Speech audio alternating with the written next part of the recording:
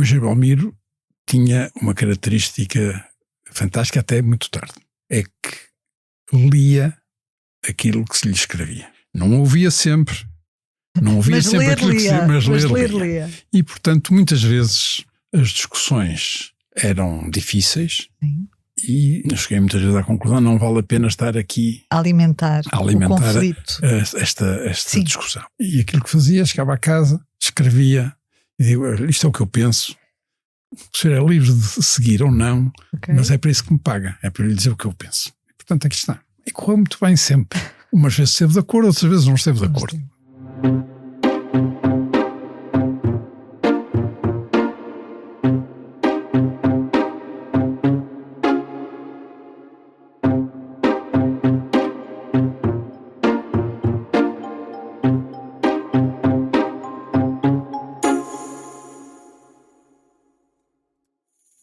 Olá, bem-vindos à 4ª temporada do podcast do Céu é o Limite, um podcast sobre carreiras e liderança, onde lhe trago semanalmente histórias inspiradoras de líderes que estão a marcar o presente e prometem mudar o futuro com as pessoas no centro da sua estratégia de gestão. Eu sou Cátia Mateus, jornalista de Economia do Expresso.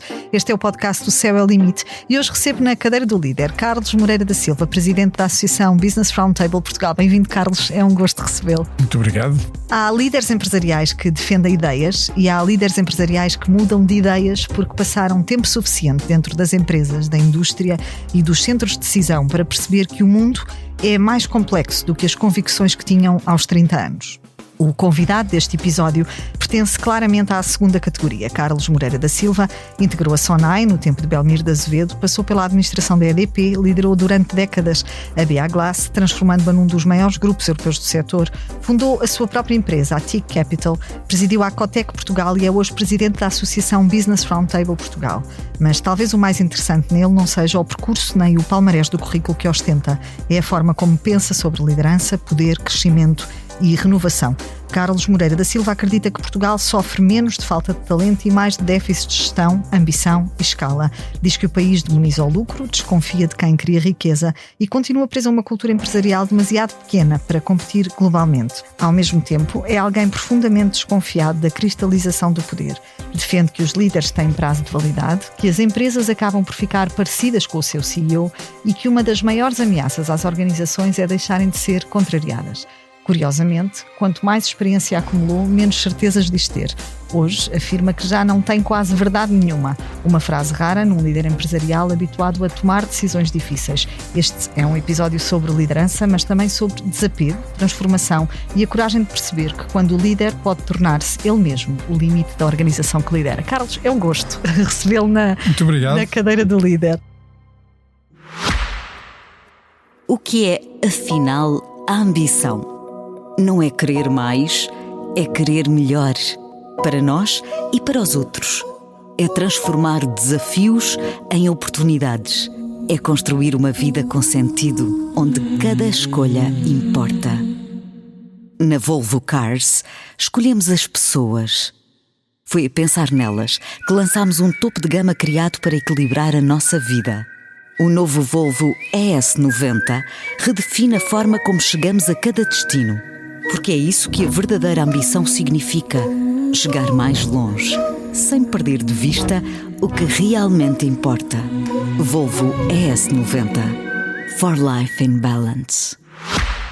Diga-me uma coisa, foi um mau aluno até aos 12 anos. Era rebeldia ou era aquela ideia de que se aprendia mais no snooker e no futebol do que nos livros? Não é uma coisa normal. Eu não fui sempre mau aluno e fui bom aluno na primária. Sim. Depois houve ali uma fase em que, é a fase da rebeldia. em que me dediquei mais a jogar snooker e futebol do que a estudar. E essa altura, enfim, tem as consequências. Não? Falta de trabalho e, portanto, as coisas acabam mal. Depois disso, reencontrei-me, enfim. Foi para um colégio interno. Fui para um colégio interno, não sei se é a terapia certa, mas fui para um colégio interno e, de facto, depois comecei a ser melhor aluno. À distância com que vê essa experiência, que diz não ter sido provavelmente a terapia certa, o que é que se aprende num colégio interno sobre o gosto pelos estudos, sobre imposição de ter de fazer sobre ambição? Ouça, eu acho que para um miúdo naquela altura, eu tinha 13 anos, é um choque de realidade que ele nunca teve antes. Sim. E, portanto, a defesa do seu espaço passa a ter uma posição determinante na forma como se comporta. O que é que eu acho que pode dar mau resultado? Um colégio interno, sobretudo naquela altura, um colégio interno era uma escola de más práticas. Quem ia para os colégios internos não é como hoje. Hoje quem vai para os colégios particulares são os bons alunos ou os mais afluentes. Nessa altura, quem ia para os colégios internos eram os que se comportavam mal. Portanto, aquilo era uma forma de juntar, gente. Eu aprendi todos os possíveis vícios que existem, aprendi num colégio interno. Portanto, o que é que eu acho? Acho que o sentido de sobrevivência começa a falar mais alto, é isso? Começa a falar mais alto e é aí que se reconhece que o esforço adicional compensa. E também eu acho que é aí que a ambição vem mais depressa ao de cima do que em circunstâncias normais. Sim. Quando é que ganhou consciência de que podia aprender por prazer e não apenas por obrigação? Não tenho a certeza. Mas foi depois dessa fase do colégio? Foi depois dessa fase. Eu julgo que já mais perto, 16, 17, 18 anos, é que eu começo a ser aí sim mais radical, a estudar mais, coisas para além daquilo que era a base. A partir dessa fase em que se tornou, chamemos-lhe assim, um aluno aplicadinho, digamos, por onde é que andou até aqui chegar, Carlos? Tem um leque de empresas invejável no currículo antes de se lançar no seu próprio negócio. Qual foi o seu caminho até aqui desde que entrou no mundo do trabalho, no fundo? Cátia, muitas vezes me perguntam, mais novos, como é que planeiam a sua carreira. E eu digo sempre que não se planeia. É preciso estar atento às oportunidades e perceber simultaneamente aquilo que nos pode dar gozo e aquilo que nós podemos chegar. Porque às vezes também aquilo que nos dá gozo não é necessariamente o que podemos chegar e vice-versa, não é? Exatamente, e portanto é preciso ser realista nas coisas. E também é preciso saber pôr a fasquia onde se vai conseguir saltar. Não tem que ser à primeira vez, mas porque a frustração de pôr uma fasquia num sítio onde não se pode chegar pode ser demolidora para a autoconfiança e para o sobretudo no início da carreira, não é? Portanto, isso é que é muito importante. E eu tive muita sorte, eu digo sempre isto. Tive muita sorte. Primeiro tive um grande líder. Na Sonai, está a falar na Sonai? Não, antes da Sonai. Antes da Sonai. Eu, quando acabei curso em 1975, em 1975 não havia emprego. Eu não era nascida. Não havia empregos. E todos os meus colegas foram ensinar para o ensino secundário, quase todos.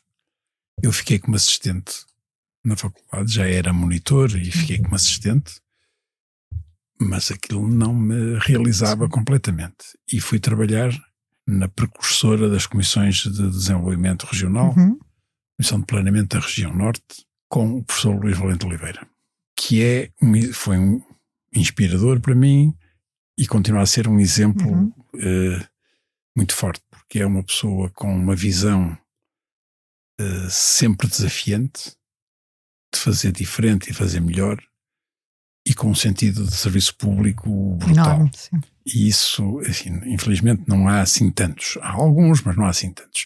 E tê-lo como líder foi para mim um contributo enorme.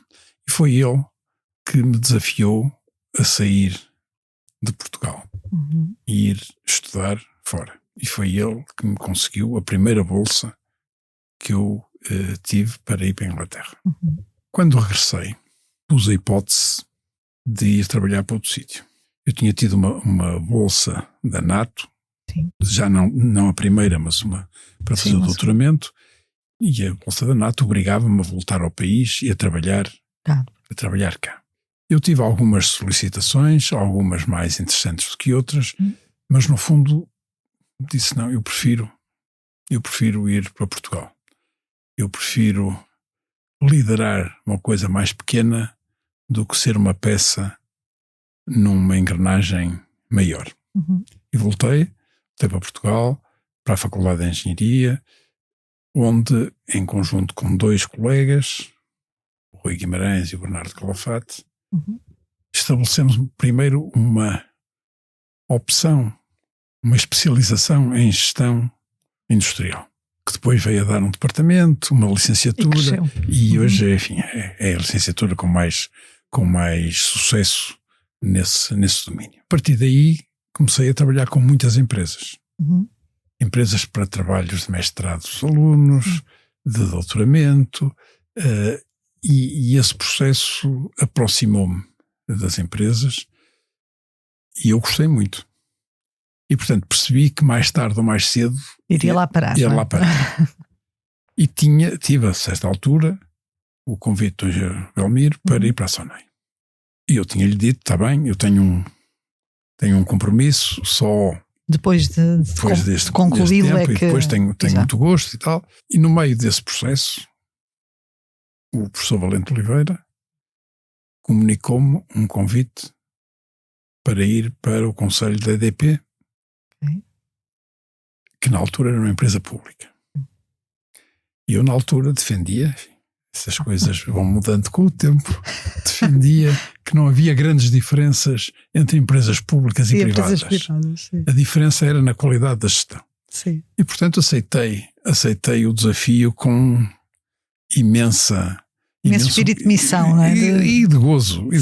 Mas, enfim, antes disso tive que falar com o Engenheiro Belmiro, com quem estava comprometido, e ele disse-me, não, fazes muito bem, vais aprender como são os corredores de poder.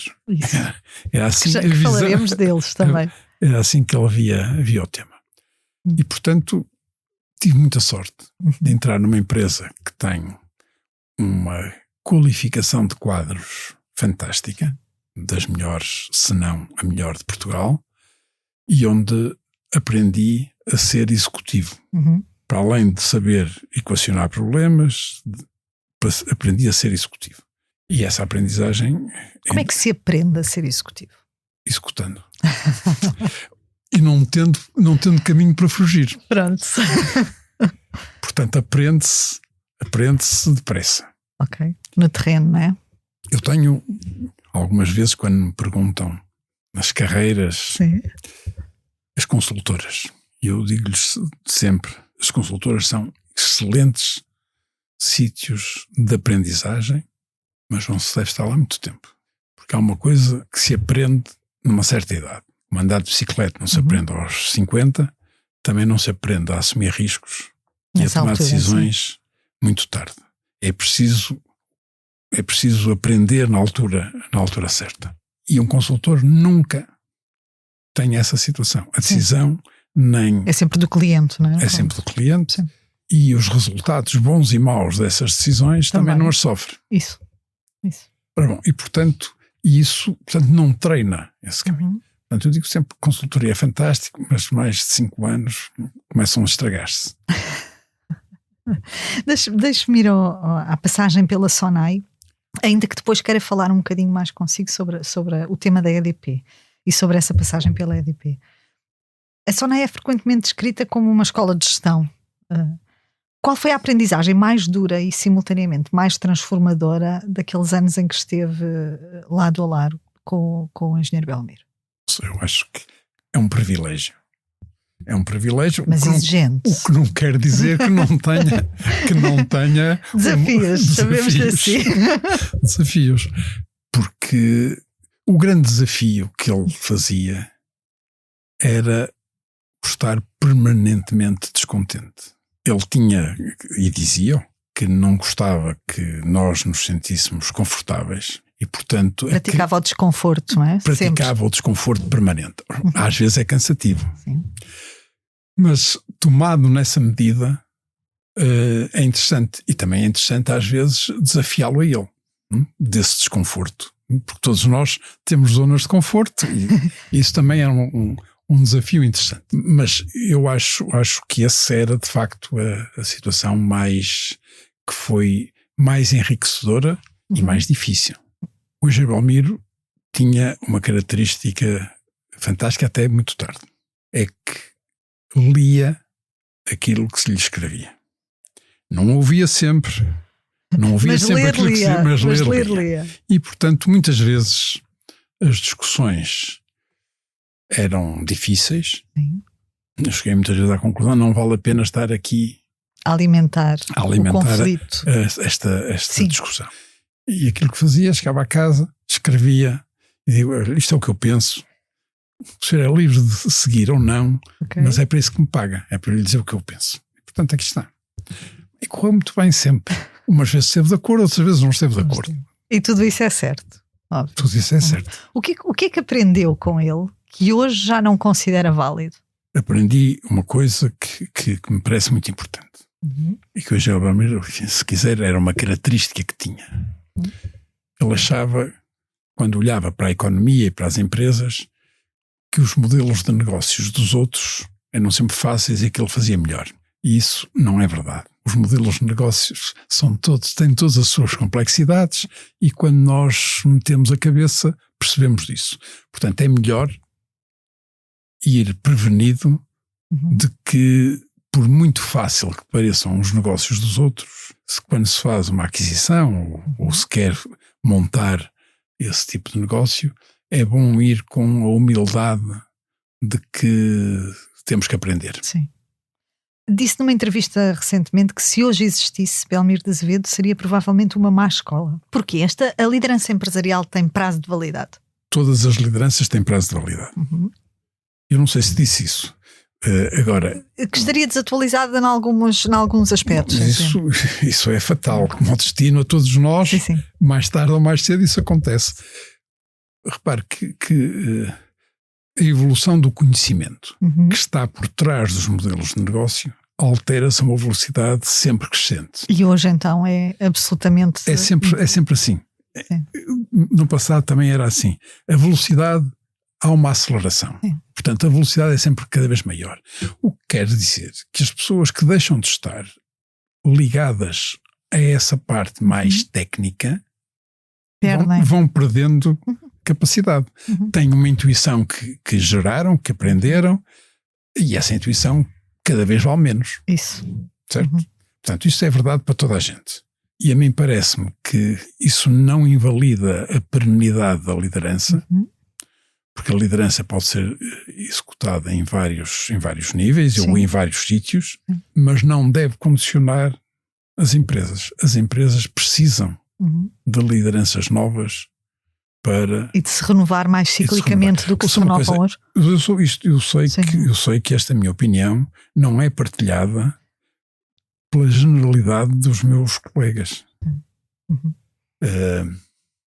Mas ainda recentemente, ainda hoje de manhã, uma discussão, alguém me dizia, tens razão, é melhor não deixar estar mais que 10 anos.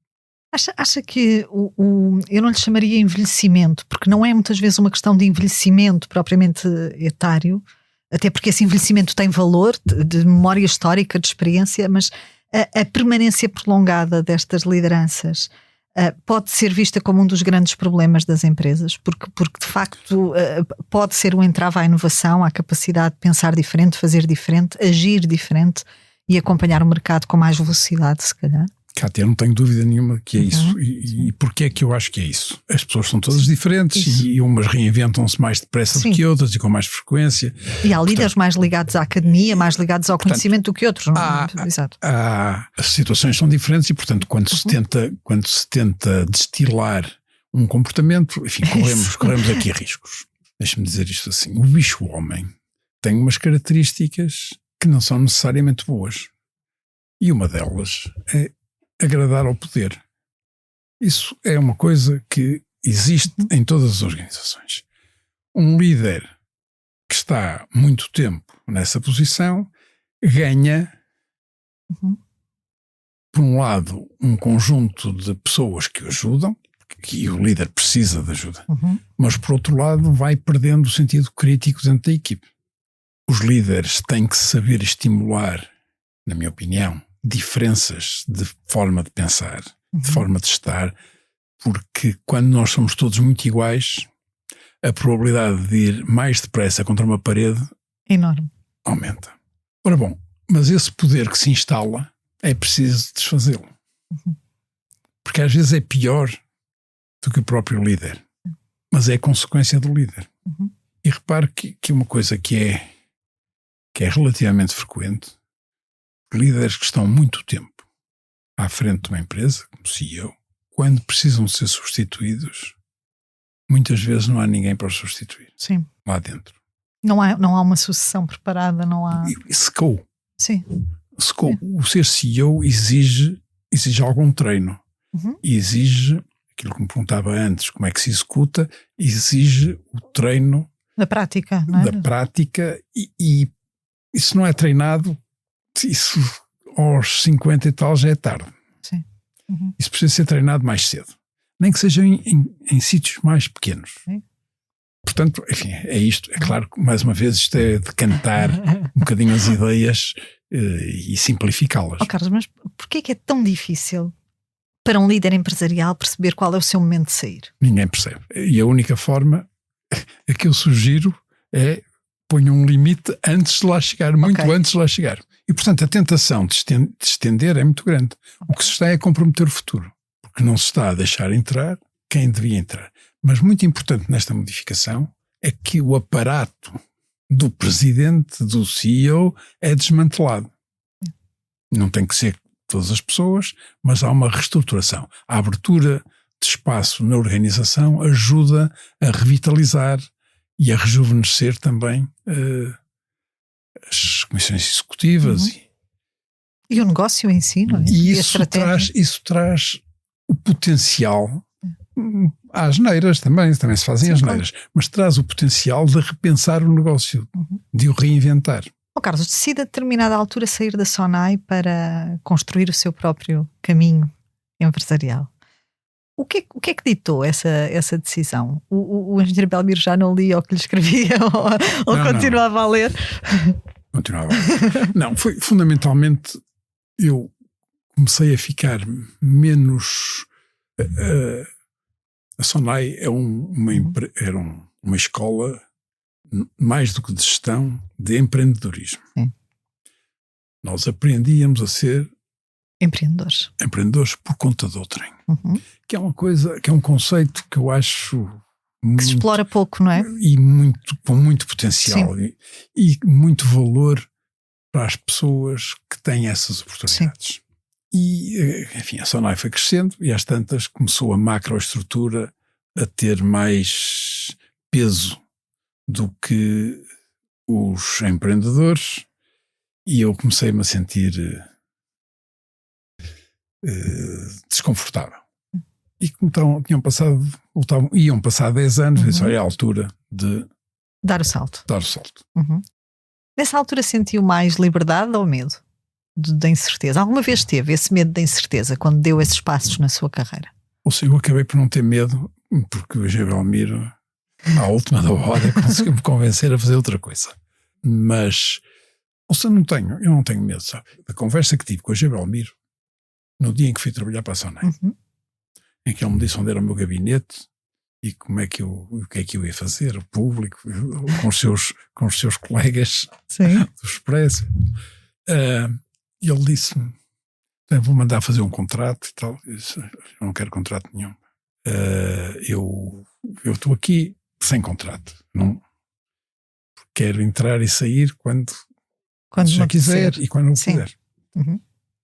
Portanto, eu nunca tive medo desse tipo de coisas, nunca tive medo. Mas há espaço para o medo na liderança? Os líderes podem ter medo? O que é que intimida mais um líder de um projeto? Ouça uma coisa, muitas vezes um líder tem que ser inspirador da sua gente, não é? É o aspecto, se calhar, mais importante e desenvolvê-los, portanto, estar permanentemente a atirá-los para a piscina e tal, para tentar perceber como é que evolui. Essa inspiração também exige ouvir muito, mas não se perde a responsabilidade. Sim. A responsabilidade não se delega. E, portanto, às vezes é muito solitário. Porque tem uma opinião muito ponderada de uma pessoa, tem outra opinião de outra e não consegue construir. Quer dizer, o mundo não é feito de decisões perfeitas nem com a informação completa. E, portanto, quando a informação é mais incompleta, há mais angústia. Isso não tenho dúvida nenhuma. Precisamos nos treinar para viver com isso. Um líder tem duas solicitações mais complicadas. Uma é a solidão, em algumas situações, enfim, não é frequente. Não será em todas, sim. Mas... Outra é que tem que saber lidar muito bem com a ambiguidade. E sentir-se, aprender, enfim, não se nasce com isso, mas aprender a viver bem com a ambiguidade. Portanto, eu não tenho que ter certezas de tudo para conseguir decidir e para conseguir evoluir. Porque vou fazer erros. E fazemos muitos erros. Errou muito? Muitas vezes. Qual foi o erro mais marcante de que se recorda? Não, o meu erro mais marcante foi claramente a decisão de investimento na Laceda em termos que não eram aqueles que eu tinha pensado. Essa foi a decisão mais... O que é que lhe ensinou esse erro? Que não devemos ceder a nossa intuição com muita facilidade. A minha intuição era diferente daquela. Os argumentos, as analíticas eram noutro sentido, mas foi uma decisão errada e, portanto, quando se toma, é preciso, portanto, estar preparado para errar. E isso exige viver com ambiguidade, saber viver com ambiguidade. E depois é preciso ter a humildade de perceber que se errou. E reconstruir a partir daí, né? Como natural. A geneira rápida. Isso. A geneira rápida. Quer dizer, foi a geneira. Porque nas organizações há uma tendência grande para cover my back. E, portanto, fez-se uma geneira, mas pode não ser, não se pode. E isso vai-se cobrindo. E o líder nunca erra, não é? E isso é muito mau. Sim. Muito mau. É importante que o líder dê esse exemplo da falha, do fracasso, de ser falível, não é? Como qualquer outra pessoa. Sim. Deixa-me perguntar-lhe uma outra coisa. Passou por empresas muito diferentes, da EDP à ABA Glass, além da Sonaid que falámos aqui. O que é que muda verdadeiramente quando se lidera na indústria pesada versus serviços ou retalho? Há grandes diferenças ou a liderança em si? Eu passei por muitas empresas muito diferentes dentro da Sonai. Sim. Eu na Sonai tive talvez o percurso mais diverso, zigue-zagueante da minha geração. O que é que se aprende? Humildade. O chegar a uma empresa, embora aí eu dou-lhe dois exemplos que tiveram tempos diferentes. Um foi a entrada na TVI. Como presidente do Conselho de Administração, eu sabia zero. Sobre o setor? Não, sobre o setor sabia, mas sobre a televisão não sabia. E a segunda foi na BA Glass. Eu entrei na BA Glass para assumir funções. Nunca tinha entrado numa fábrica de vidro. Aliás, só entrei já depois de estar em funções. Bom, é preciso ter muita humildade para aprender. Porque tem que aprender e tem que aprender depressa. E essa exigência de aprender depressa obriga-nos a estar a questionar tudo desde o início com muita intensidade e muita profundidade para conseguir perceber. Mas também esta é a grande vantagem de quem entra de fora. É que está absolutamente livre de pôr tudo em causa. E, portanto, as ortodoxias que vão nascendo dentro dos negócios, às tantas já não são válidas. Foram válidas para vir até aqui, mas não vão ser válidas daqui para a frente.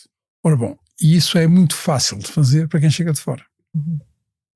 Tem a folha limpa, pôs as perguntas todas que quer, recebe umas respostas que aceita, outras que pergunta mais, e portanto esse processo de aprendizagem tem que ser muito profundo. Portanto, essa fase também é aquela que dá mais gozo, tenho que lhe dizer. A seguir vem uma muito importante, que é redefinir a estratégia, se for caso disso. Sim. que também porque é preciso aprender ainda mais depressa para conseguir entender o mercado, mais do que a empresa, o mercado, os concorrentes, as tendências, etc.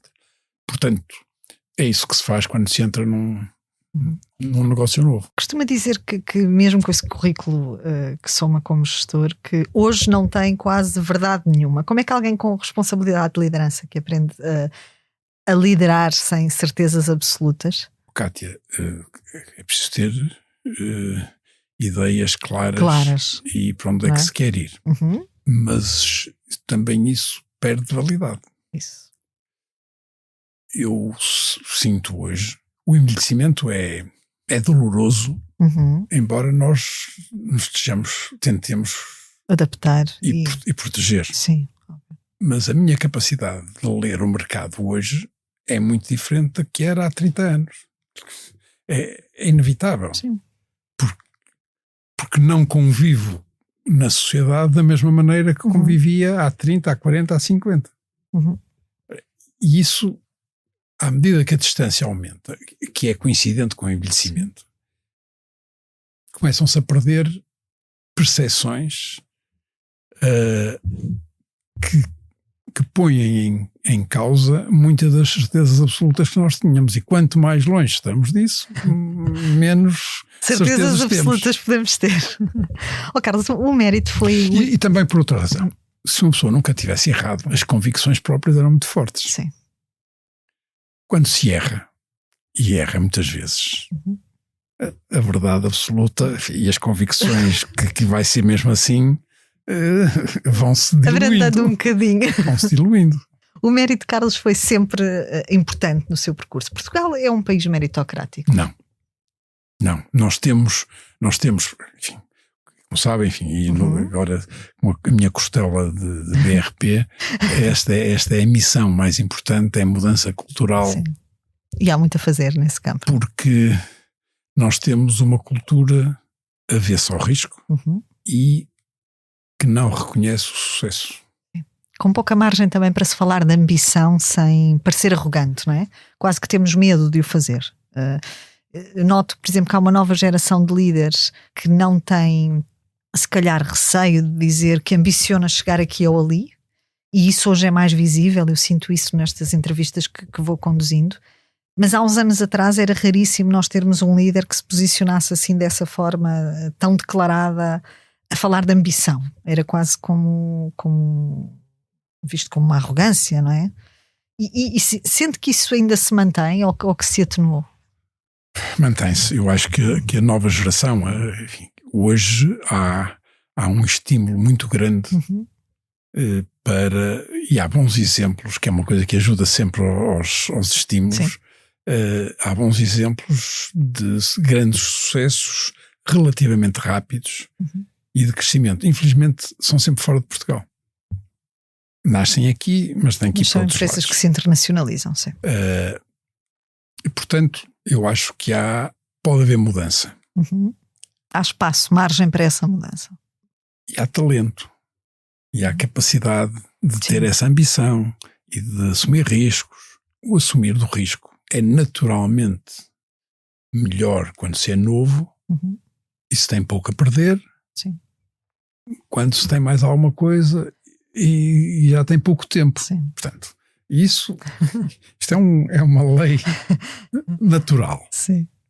Eu posso pensar de outra maneira ou querer pensar de outra maneira, mas sim, isto, é o que vem nos livros, é natural, não é? É natural, é assim. Sim. Agora, o não reconhecer o sucesso e não dar valor ao sucesso, aquilo que dizemos no BRP, o empreendedorismo, a criação de riqueza, é um bem público que é destratado. Sim, porque o Carlos fala do não dar valor ao sucesso. Eu acho que muitas vezes é pior do que isso. É, no fundo, tratar quase como se fosse crime dar lucro. E ter sucesso, as pessoas, enfim, há muito esta convicção instalada na sociedade portuguesa. Sim.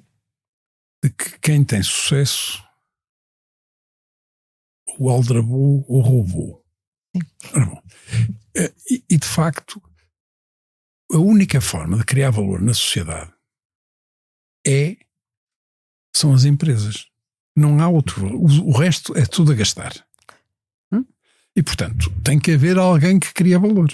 Tratar mal, destratar quem faz isso é muito mau.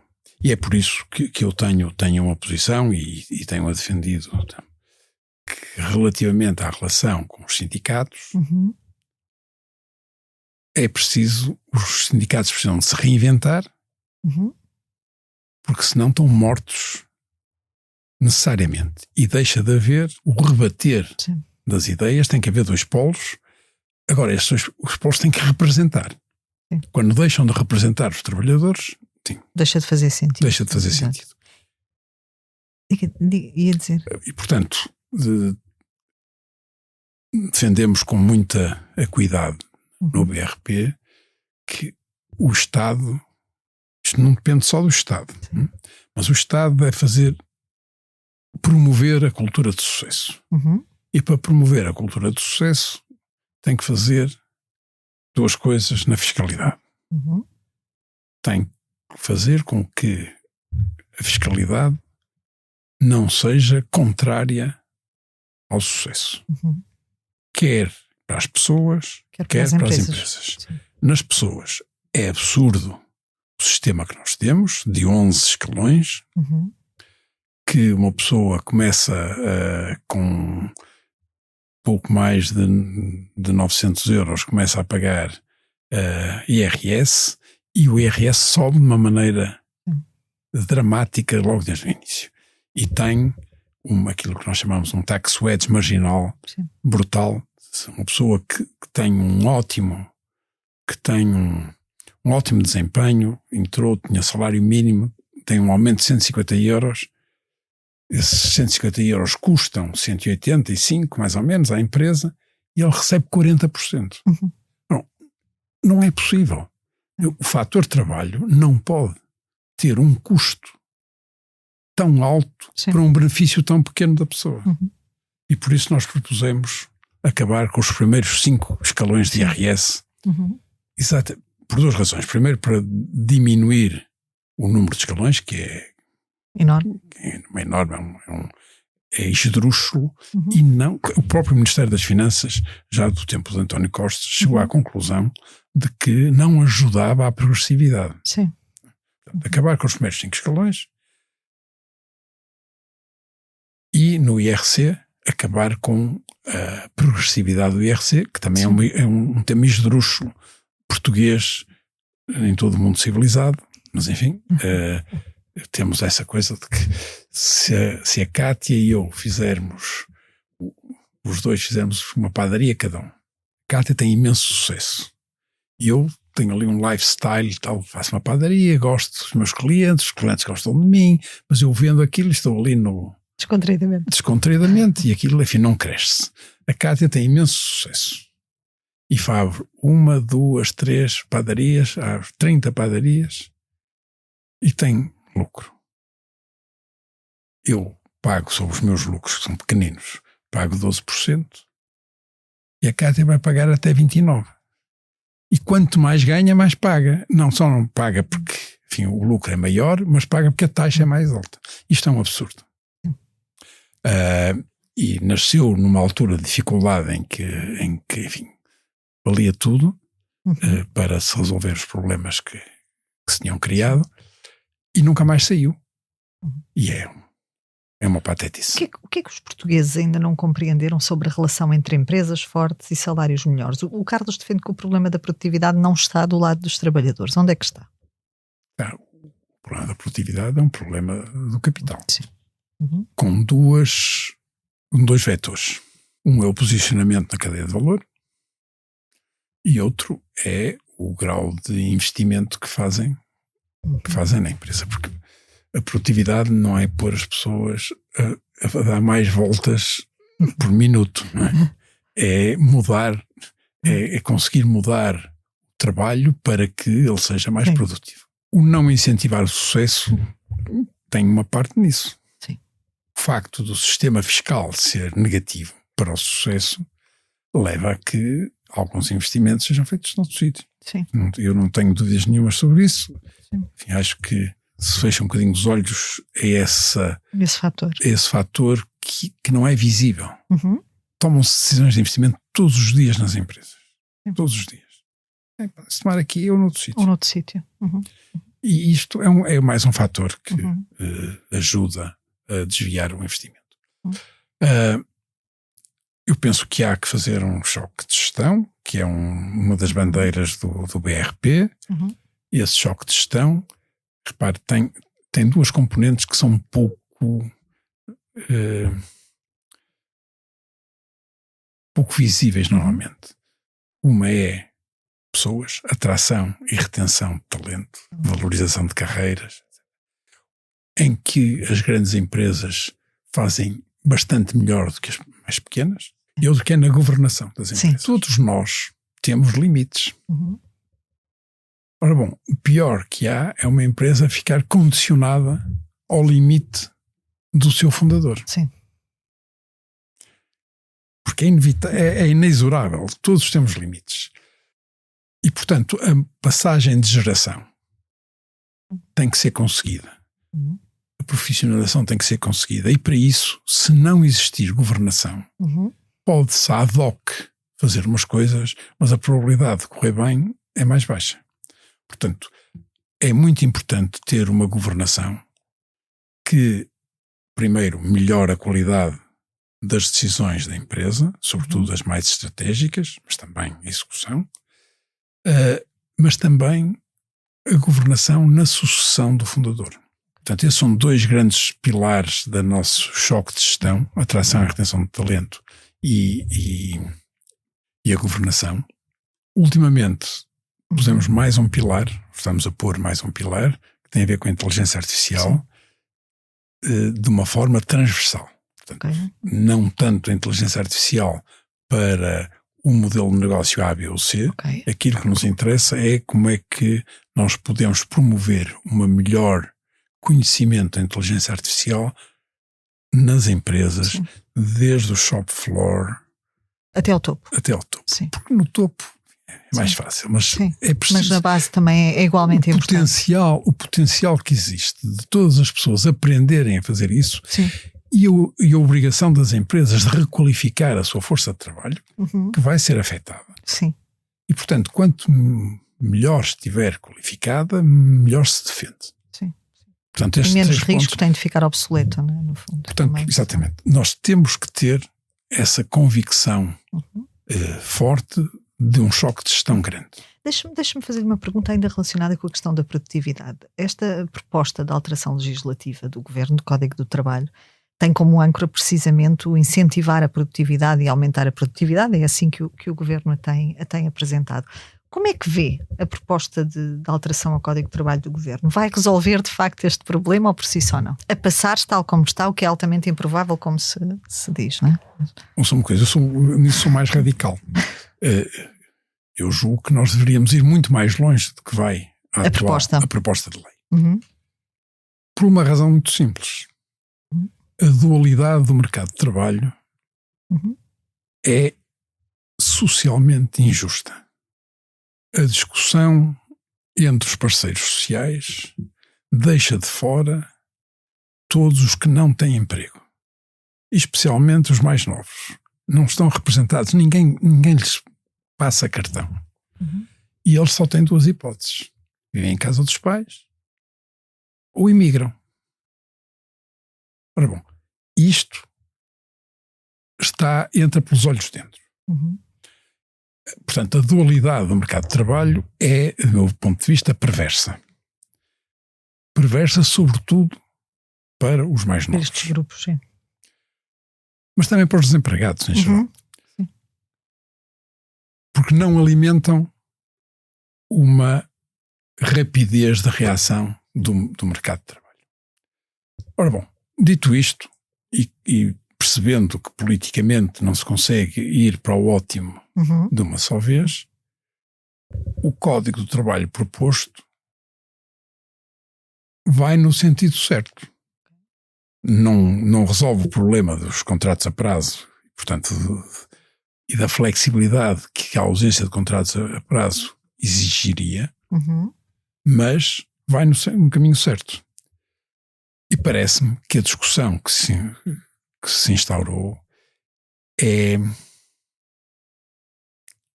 muito negativa. Uhum.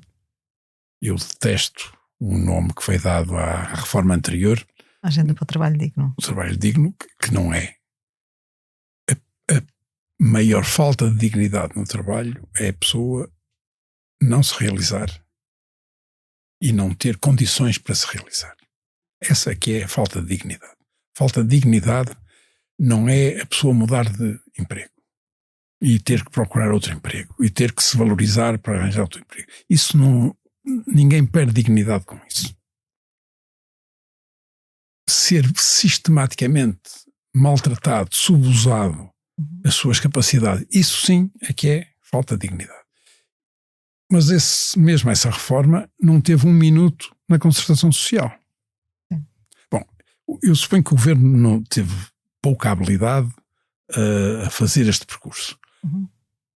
Mas do ponto de vista pragmático, a reforma é melhor do que o que temos. Uhum. E evolui em alguns pontos positivamente. Não chega onde nós achamos que devia chegar. Uhum. Que é de facto ter um mercado, como há em muitos sítios do mundo, não é preciso ter um mercado que é flexível, mas que simultaneamente dá segurança às pessoas. Às pessoas, não aos postos de trabalho. Às pessoas. As pessoas é que têm que ser formadas, requalificadas, apoiadas, para que essa flexibilidade faça sentido. Os fundadores de empresas portuguesas têm dificuldade em largar o controle. Quando nós olhamos para o mundo, é isso. A consequência é essa. Isso afeta a nossa capacidade de ter ambição em escala, porque muitas vezes estes fundadores têm um papel fundamental na criação dos projetos, mas não são se calhar as melhores pessoas para lhes dar grandeza, para lhes dar escala, para lhes conferir essa ambição, muitas vezes, não é? Ou para liderar essa internacionalização, esse crescimento. Isso é 100% verdade. 100% verdade. É muito difícil crescer com um capital próprio que se autoalimenta. Portanto, o fundador teve êxito, vai ganhando dinheiro, reinveste esse dinheiro. Este ritmo, com muito poucas exceções, é um ritmo muito baixo. Para crescer com ambição é preciso mais capital. E para haver mais capital é preciso sócios. E é preciso perder o controle. Carlos, falava há bocadinho da questão de uma empresa crescer até ao limite do seu CEO. Do seu fundador. Do seu fundador. Como é que um líder percebe que se tornou o limite da sua organização? Nunca percebe? Tem dificuldade em perceber? Tem dificuldade em perceber. Ok. Enfim, acho que é humano. E é por isso que ter uma boa governação e ter isso estipulado é muito importante. Estamos quase na reta final deste episódio. Deixe-me só colocar-lhe uma outra questão. O debate político português, sendo que se fala demasiado sobre distribuição e pouco sobre criação de riqueza. Sobre isso não tenho dúvida nenhuma. Repara uma coisa, nós crescemos o emprego, crescemos o PIB, mas diminuímos a produtividade. É o caminho errado. Sim. É um caminho que nos leva a um beco sem saída. Um beco de pobreza. Se não criarmos valor, não há valor para distribuir. O que é preciso para inverter este quadro? E para criar valor, enfim, muitas coisas são precisas, mas eu referiria três eixos. Fiscalidade, burocracia e justiça. Especialmente a justiça administrativa e fiscal. Portanto, as empresas contra o Estado, que são desproporcionadas, que são muito lentas e que inviabilizam muitos processos. Portanto, estas três seriam as que escolheria. Quando olha para Portugal daqui a 20 anos, o que é que para si teria que necessariamente ser diferente para deixarmos de ser um país de baixa ambição? Temos que mudar a cultura, enfim, que é o mais difícil, que eu costumo dizer que não se muda de um dia para o outro, nem de um ano para o outro. Eu espero que a próxima geração seja capaz de dar um contributo grande para essa mudança. O que é o inspira, Carlos? Aquilo que me inspira é a criação de riqueza. Muito obrigada, Carlos. Foi um gosto imenso tê-lo na cadeira do líder. Fechamos assim o episódio de hoje do Céu é Limite. Contou com edição e sonoplastia a cargo de Salomé Rita. Tivemos connosco na cadeira do líder Carlos Moreira da Silva, presidente da Associação Business Roundtable Portugal. Quanto a nós, quero ouvi-lo, saber o que pensa, que dúvidas tem sobre liderança e o mundo do trabalho, se tem histórias para me contar, um líder que marcou o seu percurso de carreira ou dúvidas que o inquietem, envie-me um e-mail para o ceoelimite@expresso.empresa.pt. Da minha parte é tudo. Regresso como é hábito na próxima semana com mais histórias de líderes que inspiram. Até lá, fique bem, já sabe, o céu é o limite.